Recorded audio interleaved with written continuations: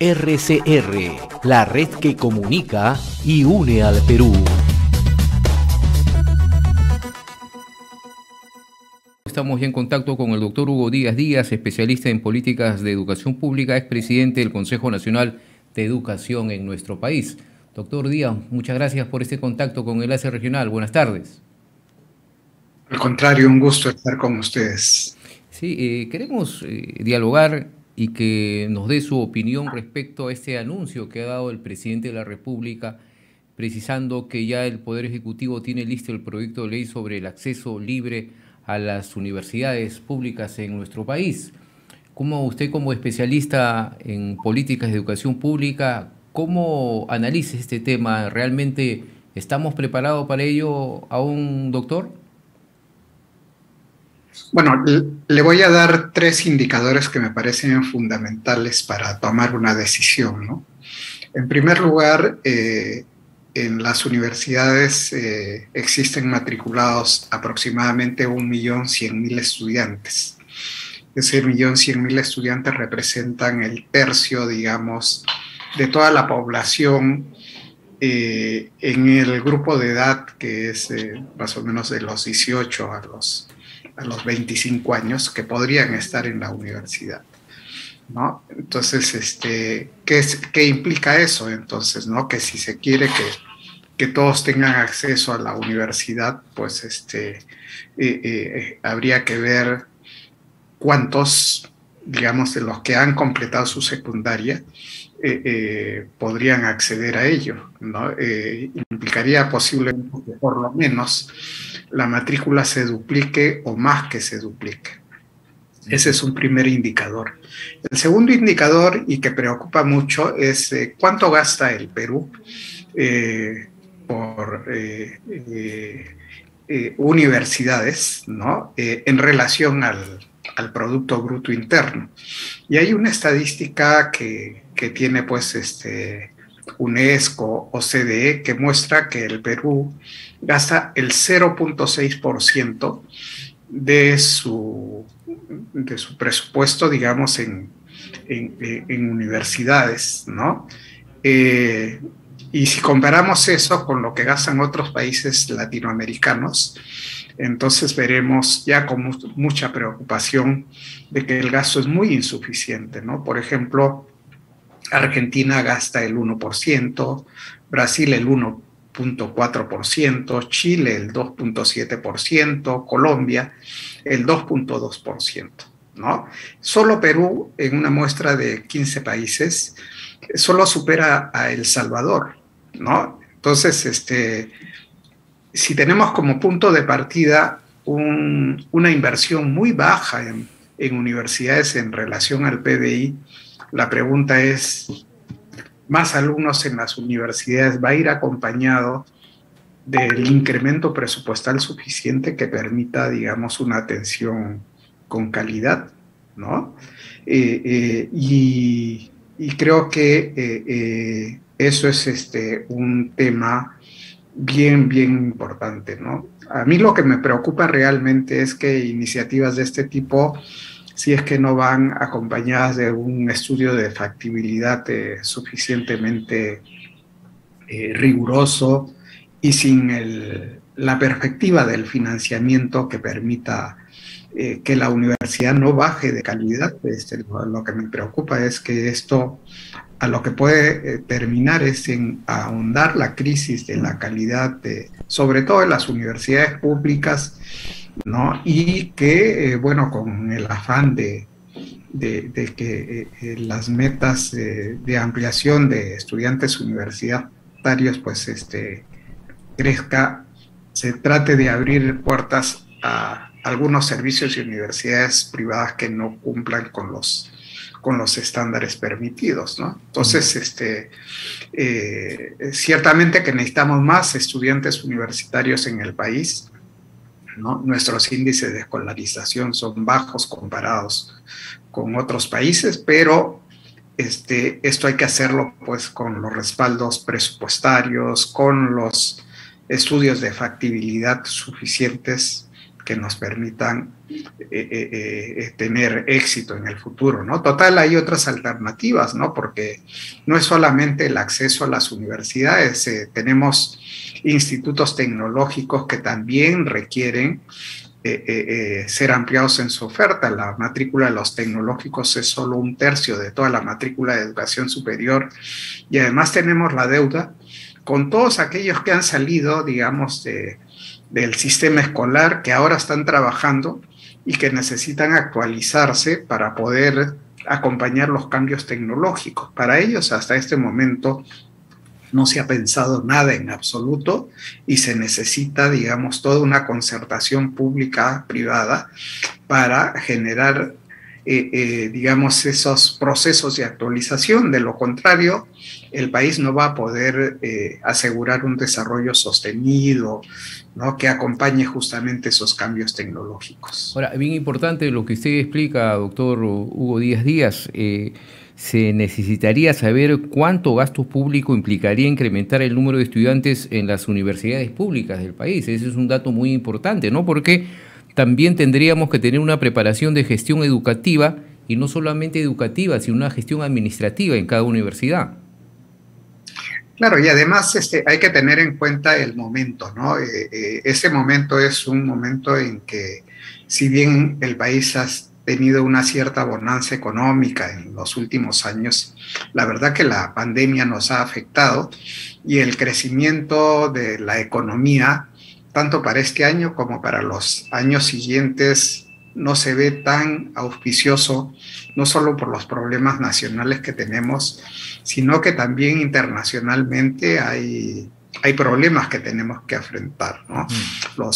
La misma guerra que hay entre Rusia, Ucrania, ¿no? El aumento del costo de todos los combustibles, la necesidad de seguir atendiendo el tema de la pandemia, porque si bien aparentemente la tenemos controlada, hay que tener en cuenta lo que está pasando en contextos como Hong Kong, por ejemplo, en donde todo este tema de la pandemia es un dolor de cabeza en este momento. O sea, no podemos decir esto ya pasó y estemos tranquilos, olvidémonos de esto, ¿no? Hay que seguir invirtiendo en desarrollo de salud, hay que invertir en desarrollo del agro, modernizar tecnológicamente el agro.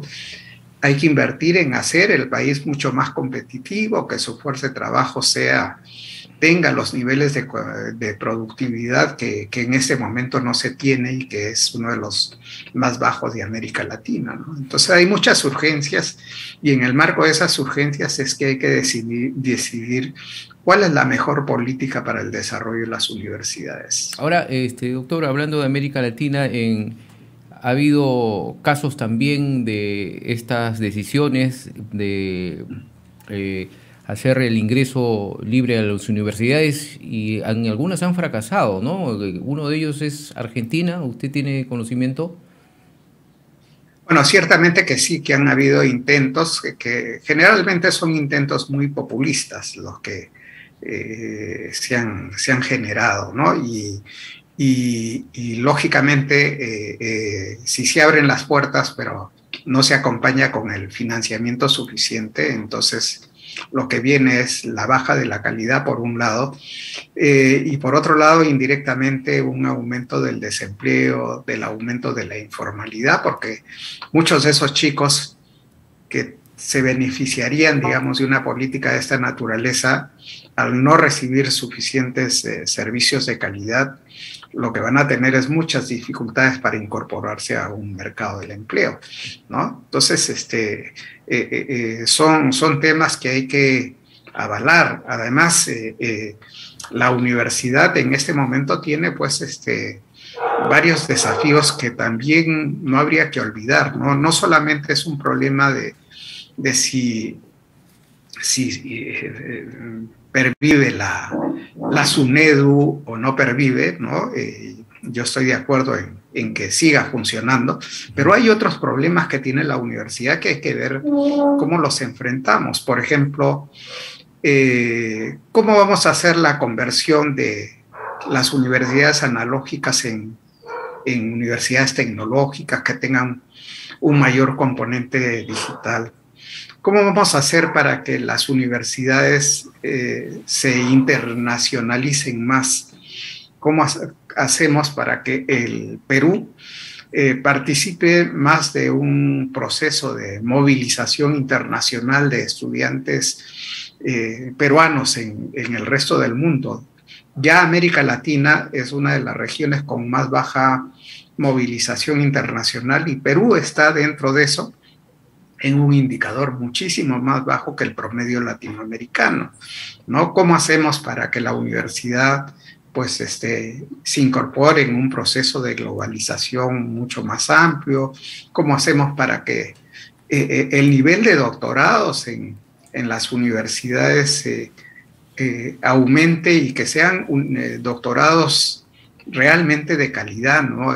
Cuando uno va a otros países, por ejemplo, hace algún tiempo estuve en Argentina visitando una universidad, la de San Andrés, y el 98% de su profesorado tenía doctorados en los mejores centros de formación del mundo.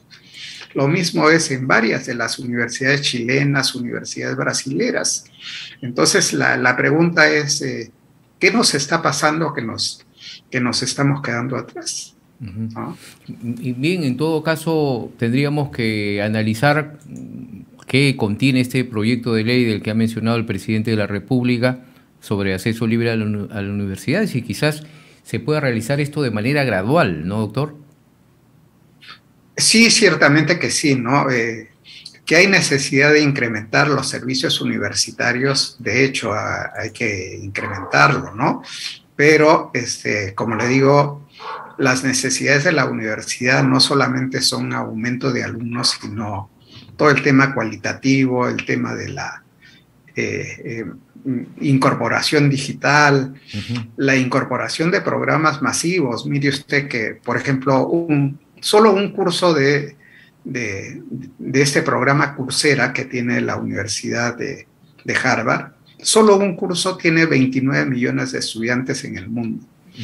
En México hay un programa que se llama Capacítate, que se ejecuta por la Fundación SLIM en coordinación con la Secretaría de Educación de México y atienden 14 millones de estudiantes, ¿no?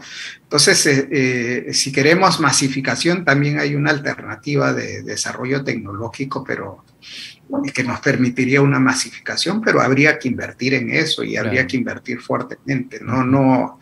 No hacer lo que hemos hecho en estos 2 años, que por salir del paso hemos creado plataformas y hemos improvisado metiendo materiales que no se ajustan pues a procesos de educación a distancia. Hacer educación a distancia cuesta muchísimo como inversión inicial, después bajan los costos, pero inicialmente hay que hacer muchísimo y hay que preguntarse si el Estado está en condiciones de hacerlo, ¿no? Así es, doctor. Y finalmente, ¿cómo aprecia usted este inicio del año escolar presencial con ciertos problemas, ¿no? Porque escuchábamos y vimos, también hemos analizado el informe que presentó la Contraloría sobre los déficits de infraestructura de los colegios, los problemas. Sin embargo, hoy escuchamos al ministro de Educación contradecir este informe de la Contraloría diciendo que no está actualizado porque dice que ese informe ha sido hasta el mes de febrero y que estamos en marzo, pero no creo que en un mes se pueden resolver esos problemas de infraestructura y también de servicios básicos, ¿no? Así es, yo creo que no hay que... Lo peor que puede suceder en un país es tratar de esconder la realidad, ¿no? Y eso es lo que no deberían hacer las autoridades. En realidad, el informe de la Contraloría, las investigaciones que también hace la Defensoría del Pueblo, son los estudios muchísimo más actualizados que existen y hay que tomarlos en cuenta. Como bien dice usted, en un par de semanas que digamos, pueda diferir la información, en realidad el cambio es muy poco. Lo que hay que tener en cuenta es que, digamos, el problema de la infraestructura es un problema insoluble y eso habría que aceptarlo, ¿no? Invertir 100.000 millones de soles o más de 100.000 millones de soles en infraestructura en el corto plazo, mediano plazo, es imposible, ¿no? Entonces, desde mi punto de vista, el tema de la infraestructura no debería ser un tema en el cual nos acordamos solamente 1 o 2 meses antes de empezar el año escolar. Tiene que ser un tema permanente, digamos, de estudio. Lo segundo es que tenemos que tener una visión de cómo enfrentar este problema. Nosotros todos los años hablamos del problema, pero no tenemos una visión de futuro, de largo plazo, de decir, este es el camino, ¿no? Porque en el largo plazo, ¿qué va a pasar? La infraestructura de los locales no va a ser igual que la que existe ahora. Toda la tecnología va a influir en que los ambientes de los locales escolares sean totalmente distintos, las jornadas, los horarios de clase, los recursos que hay en las aulas, todo eso va a cambiar. Y la pregunta es si estamos pensando en eso. Lo tercero es que en materia de infraestructura, no solamente pues está el PRONIET, ¿no? Invierten las municipalidades, los gobiernos regionales, ONGs, la cooperación internacional, otros ministerios, todo el mundo invierte en infraestructura, pero nadie coordina uno con el otro.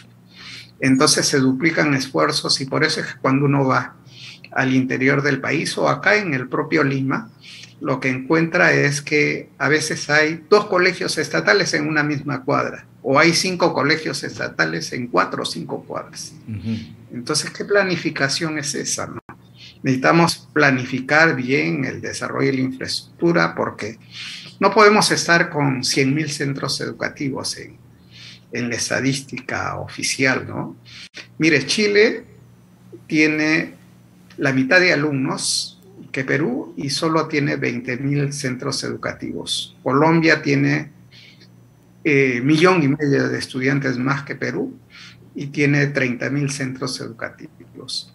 Nosotros tenemos más de 100.000 centros educativos.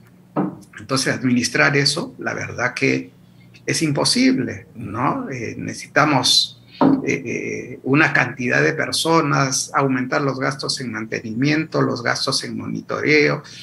Es decir, estamos en un camino en donde la solución se vuelve más difícil por falta de planificación, ¿no? Entonces, este tema es un tema realmente crucial que debería tener mayor atención por parte del gobierno y tratar el tema con mucho realismo, tratar de no esconder la realidad, como le decía, ¿no? Sino aceptarla.